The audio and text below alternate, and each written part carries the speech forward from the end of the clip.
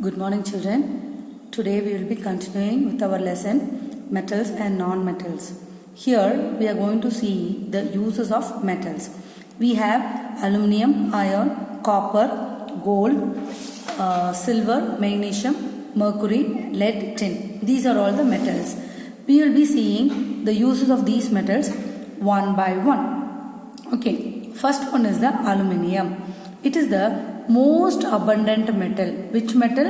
Aluminium is the most abundant metal. It is lightweight and strong metal. Okay, and it is a good conductor of heat and electricity. The simple example is the milk can. Okay, we can see it in our day-to-day life. The milk vendor will bring the milk in this type of can, which is the aluminium can. Then it is also used in the high voltage electric cables. It is used in making furniture, doors, windows. Then aluminium foil is used in packaging industry. Then it is used in making the parts of the aircraft, vehicles and machines. And its powdered form is used in paints also. Okay.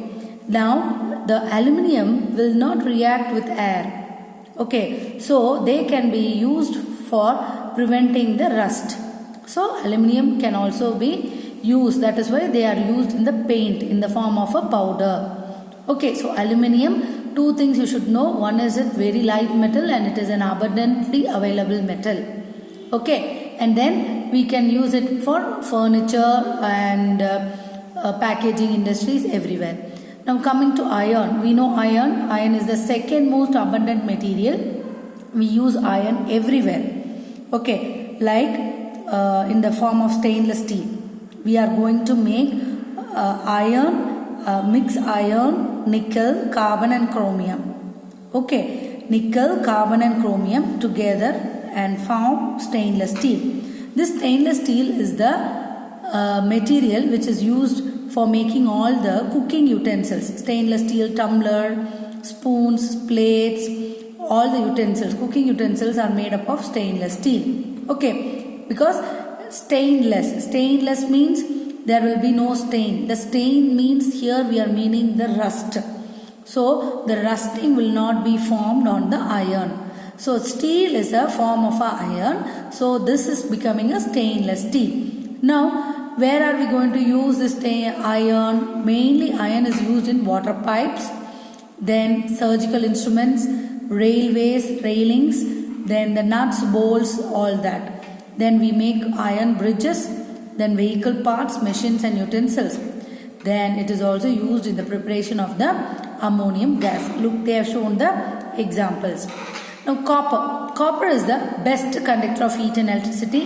Mainly it is used in the formation or in making the electric wires. Then all the circuits, electrical circuits will have copper components.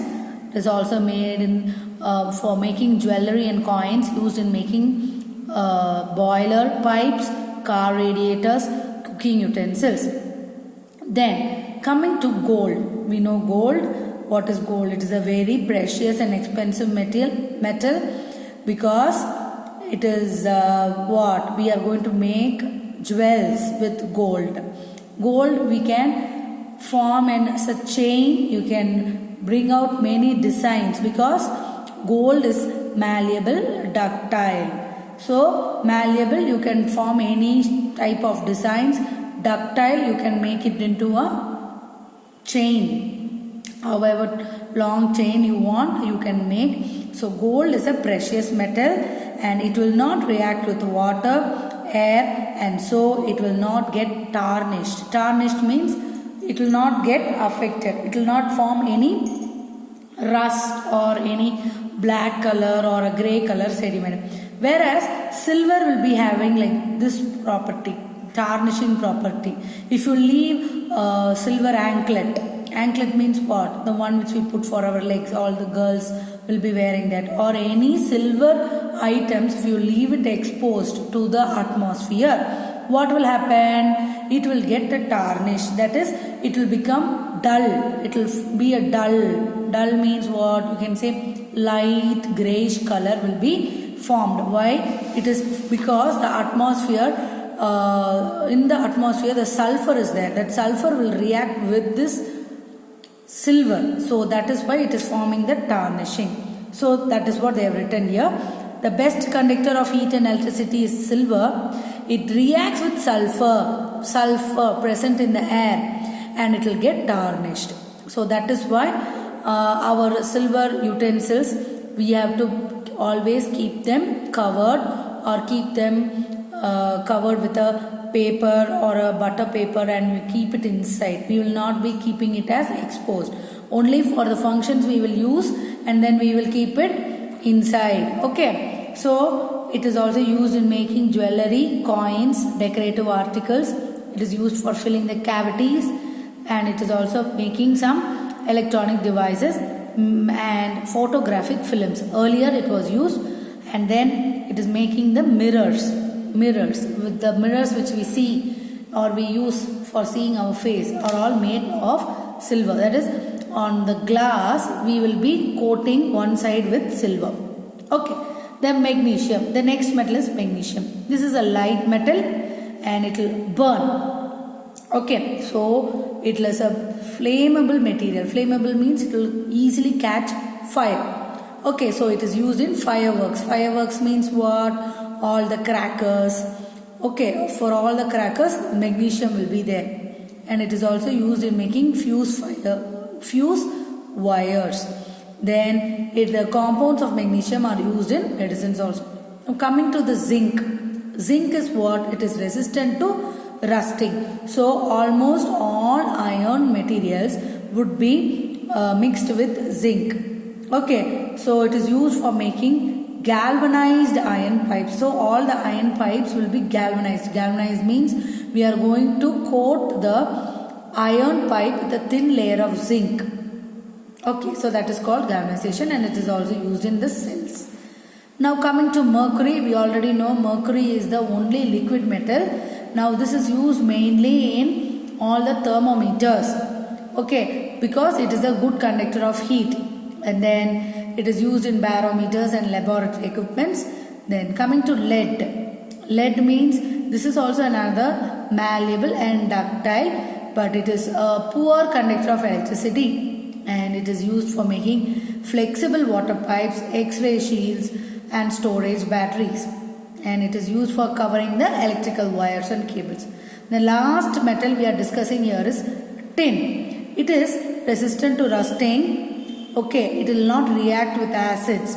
So tin we will be using for food cans, like all the beverages, like all the 7-Up, Pepsi, all this can be in that container. No, that container is made up of tin. Then it will be alloy with bronze and salt. Okay, now we are going to see the uses of non-metals. So non-metals we will be seeing carbon. Carbon is the one which is hugely available on earth in both free and combined states. Free state and in combined state. So what is a carbon? Carbon will in combination with hydrogen and oxygen will form what? Hydrocarbons. Okay, so all the hydrocarbons are in the form of petrol, diesel, biogas, LPG. Now, apart from this, carbon is in the form of graphite, diamond and charcoal. Okay, graphite, diamond and charcoal. So, the pencil, I am using a pencil, the tip of the pencil is graphite. You know the diamond, you know about diamond. Diamond is the hardest substance and it is a very costliest jewelry. Then it is used as electrodes. Then graphite is used as a lubricant. Coal, you know what is coal? Okay, which will be used for many places where it is burnt for heat and light. Then charcoal is used as fuel to make gunpowder, etc. Coming to hydrogen. Hydrogen is a colorless, odorless and an inflammable. It will not catch fire. Hydrogen is the lightest element. And it is combined in the form of water, acids also. Okay, then we can use hydrogen in the manufacture of vanaspati. So that is called hydrogenation. Hydrogenation means we are going to use hydrogen to manufacture ghee from vegetable oil. So that is called hydrogenation. Then manufacturing of ammonia. Then for as a rocket fuel. Oxygen. Oxygen we know it is the most abundant on the earth's crust. It is colorless, tasteless and odorless. Then it is highly flammable. Flammable means it will catch fire immediately. So combustion it is very required, or it is very necessary for combustion of fuels. Then it is essential for respiration and the cylinders, oxygen cylinders in hospitals and for the deep sea divers, mountaineers. And it is also used in welding. Okay, coming to nitrogen. Nitrogen, it is a colorless, tasteless, odorless. We also know it is the most abundant gas. And where are we using nitrogen? In the food packaging. Okay, to prevent the spoilage of food. Then it is present in the nitric acid and also in the cooling agent in the refrigerator. Then coming to chlorine. Chlorine, we know where we are using chlorine. We are using chlorine as a disinfectant. Okay, to sterilize our drinking water. It is never occurring in the free state. It is found in the sea water and in the form of sodium chloride, calcium chloride, magnesium chloride and potassium chloride. And then we will be using chlorine in the making bleaching powder, pesticides, insecticides and for making laboratory chemicals like hydrochloric acid. Now coming to iodine. Iodine is a rare element. It exists mainly in ocean water. So the ocean water will contain the salts. So iodine will be there in the salt. So that is why when we take the salt in our food, iodine will be directly absorbed in our body. Okay, where and all we are using iodine. Iodine we will be using in the preparation of the tincture. That is for any open wound. If you fall down, there will be an open wound and blood is coming. So what will the doctor do? They will give one tincture or they will give some medicine which has iodine content. So immediately the open wound will be closed. That is, it will be easily closing. So it will be used as an antiseptic and disinfectant. So we will be using the iodized salt and it is used to prepare photographic films. Phosphorus,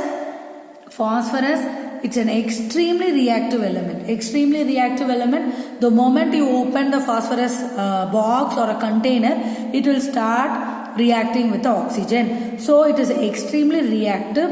It exists as red or white phosphorus. And it is used in the manufacturing of matchsticks, fertilizers, fireworks, smoke screens, phosphoric acid and superphosphate. Superphosphate is a fertilizer. Okay. Then it is used in baking powder and the light emitting diodes. Sulfur, you know, it is the yellow crystalline solid. It is used in agriculture for making fungicides and insecticides. It can be used as a skin ointment. Then for the sulfuric acid. Then the helium one. Helium is a noble gas, the second lightest element. The first lightest element is hydrogen. Then the second lightest element is the helium.